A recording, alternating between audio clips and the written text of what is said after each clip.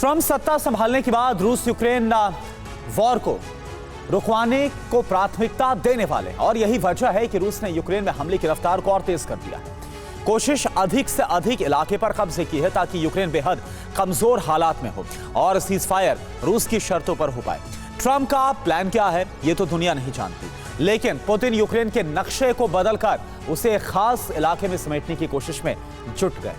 2025 का हर मिनट, हर लम्हा पुतिन के लिए कितना अहम है, हमले की इस रफ्तार से समझा जा सकता है।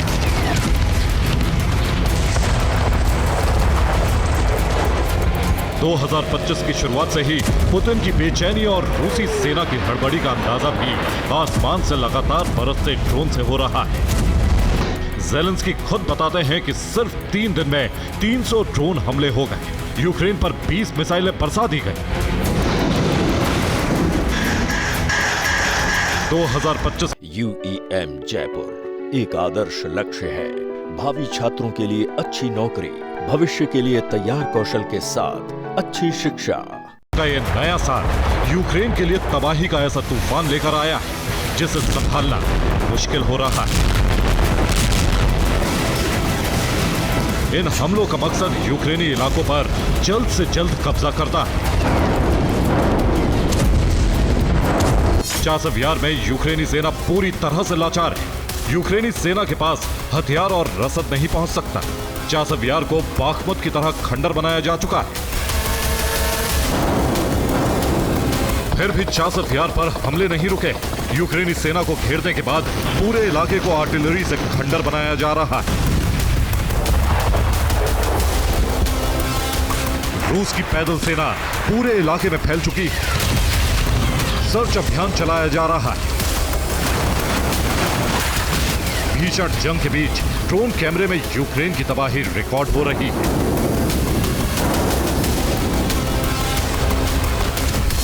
यूक्रेन के टैंक और वाहनों को भस्म किया जा रहा है। यूक्रेनी इलाके खंडर बन चुके हैं। वीरान शहरों में धमाके हो रहे हैं। यूक्रेन के बड़े बड़े कारखाने चल रहे हैं।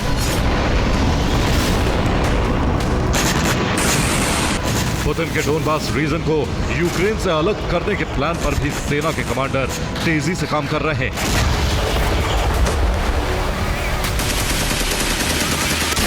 लुहांस्क से लेकर डोनेत्स्क तक कब्जा अभियान तेजी से चलाया जा रहा है। भीषण जंग के बीच दोनों मोर्चे पर यूक्रेनी सेना लगातार कमजोर पड़ रही है। डिप्रोपेट्रोवस्क के निकोपोल पर शनिवार को ड्रोन और मिसाइलों से हमला हुआ। इस इलाके के बाजार, फायर ब्रिगेड स्टेशन और कुछ रिहायशी इमारतें तबाह हो गई।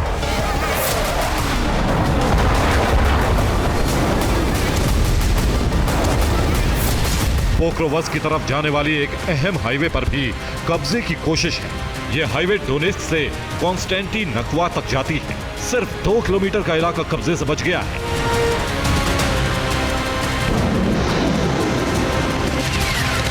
डोनेत्स्क में यूक्रेनी सेना एक खास रणनीति से आगे बढ़ रही है, जिसमें पोक्रोवस्क सबसे अहम टारगेट है। डोनेत्स्क में रूसी फौज 3 इलाकों से आगे बढ़ रही है। कुराखोव, तोरेस्क और वर्मिवका।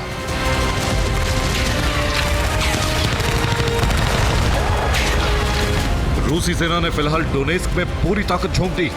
एक ही दिन में 150 तक हमले किए जा रहे हैं।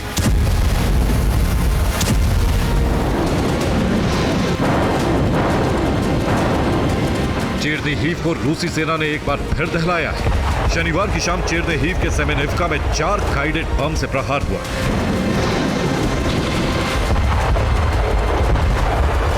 रूस फिलहाल यूक्रेन में 3 तरफ से हमले कर रहा है।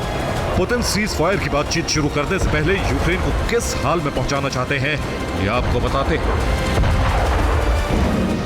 पुतिन के प्लान के मुताबिक पूर्वी यूक्रेन में रूस का प्रशासक होगा और उसे स्वायत्तता दी जाएगी। ये वही डोनबास का इलाका है जहां पर लुहांस्क, डोनेत्स्क, इस इलाके पर कब्जा करना पुतिन का बहुत पुराना मिशन है। दक्षिणी यूक्रेन में भी रूस एक बड़े इलाके पर अपना अधिकार चाहता है ताकि यूक्रेन काला सागर से दूर हो जाए और क्रीमिया की सुरक्षा भी सुनिश्चित हो पाए। काला सागर के जरिए रूस यूक्रेन के व्यापार पर नियंत्रण चाहता है। रूस यहां पर ओडेसा, मेलिटोपोल और खैरसोन में लगातार इसलिए हमले कर रहा है। पश्चिम में भी रूस बफर जोन बनाना चाहता है। ये वो इलाका है जहां पर पोलैंड और स्लोवाकिया, रोमानिया जैसे देशों की सीमा है। रूस नहीं चाहता कि इन देशों से यूक्रेन को कोई मदद मिल पाए। नाटो की सेना इस सीमा से यूक्रेन में घुस सके।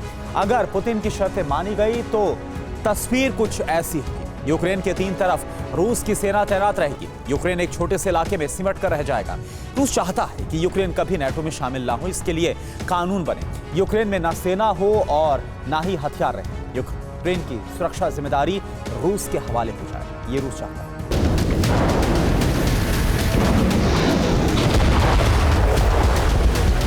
पुतिन को अब यूक्रेन में ज़ेलेंस्की सरकार भी मंजूर नहीं। पुतिन यूक्रेन में तख्ता पलट कराने की कोशिश में। ट्रंप रूस की सभी शर्तें मान लेंगे, ये मुश्किल लगता है, क्योंकि युद्ध में कई नाटो देशों के हथियारों का इस्तेमाल हुआ। नाटो देशों ने अमेरिका के नेतृत्व में ही यूक्रेन की मदद की। ट्रंप भी नहीं चाहते हैं कि दुनिया में रूस के आगे अमेरिका के झुकने का संदेश जाए, दुनिया में यूक्रेन से धोखा करने का संदेश फैले। बफर जोन के नाम पर पोलैंड और रोमानिया के बॉर्डर पर रूसी सेना तैनात।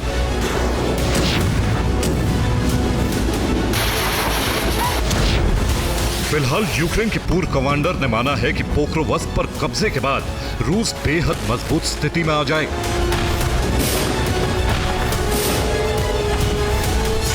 बेलगोरोद के रास्ते रूस आसानी से खार्किव पर कब्जा कर लेगा, जबकि पोक्रोवस्क से रूसी फौज निप्रो तक पहुंच जाएगी और फिर जैपोरिजिया पर भी कब्जा आसान होगा। दूसरी तरफ खैरसोन पर भी कब्जा होना तय माना जा रहा है।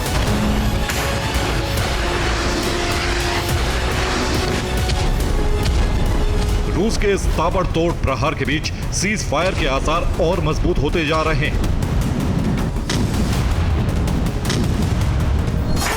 जर्मन चांसलर शोल्स फरवरी में रूस जाएंगे। मॉस्को में शोल्स पुतिन से मुलाकात करेंगे। 23 फरवरी से पहले शोल्स रूस जा सकते हैं।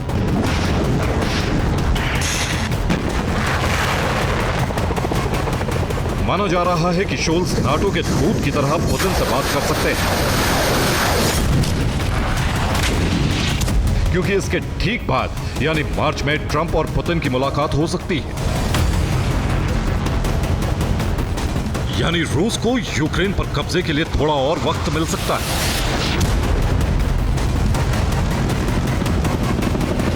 दोनों सेनाएं निर्णायक दौर के इस जंग में एक दूसरे को मात देने की कोशिश में, इसलिए अब समझौते से पहले दोनों देश एक मजबूत स्थिति हासिल करने की जंग लड़ रहे हैं।